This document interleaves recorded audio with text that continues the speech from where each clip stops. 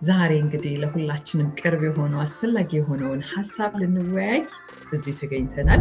ራሳችንን ስናበቃና ንቁ ወላጅ ስንሆን ለልጆቻችን ወደፊታቸውን ነው ምንሰራላቸው። እዚህ ስለ ልጆች መሰረታዊ መረዳት ያለበት እያንዳንዱ ወላጅ ሊገባው ይገባል ብለሽ የምትይው ነገር እስቲ እሱን አስረጅን እባክሽ። ማንም ፐርፌክት የሚባል ወላጅ የለም። ምክንያቱም ሰዎች ነን፣ ሁሌ የሆነ ነገር እናጎላለን። ስለዚህ ያንን ማወቅ አለብን።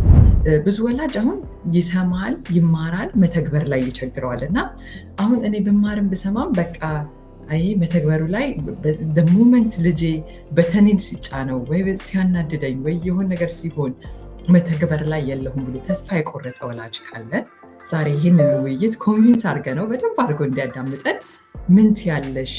ልክ በቃ ካሁን በኋላ አልናደድም ምናምን ብለን ልክ እንደስን ልጆቹ ሁሉም ነገር ሊያመጡብን ይችላሉ። ያኔ ይህ ነገር አይሰራም ብለን እንዳለን ይሰራል፣ ጊዜ ይፈጃል። እነሱ ራሳቸው ድሮ ከለመዱበት እምቢ የሚሉት አናደርግም የሚሉት ጸባይ ቀስ እያለ ነው የሚለቃቸው። ስለዚህ ትዕግስታችን ያስፈልጋል። በጣም ክሪቲካል የሆነ ያነሳሽው ነገር ብዙ ወላጅ ልጁ እንዲቀየር እንጂ ራሱን መቀየር አይፈልግም።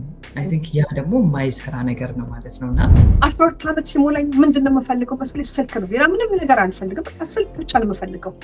እኛ ልጆቻችን 9 ዓመት ሲሆናቸው 8 ዓመት ሲሆናቸው 12 ዓመት የሚደርስ አይመስለንም።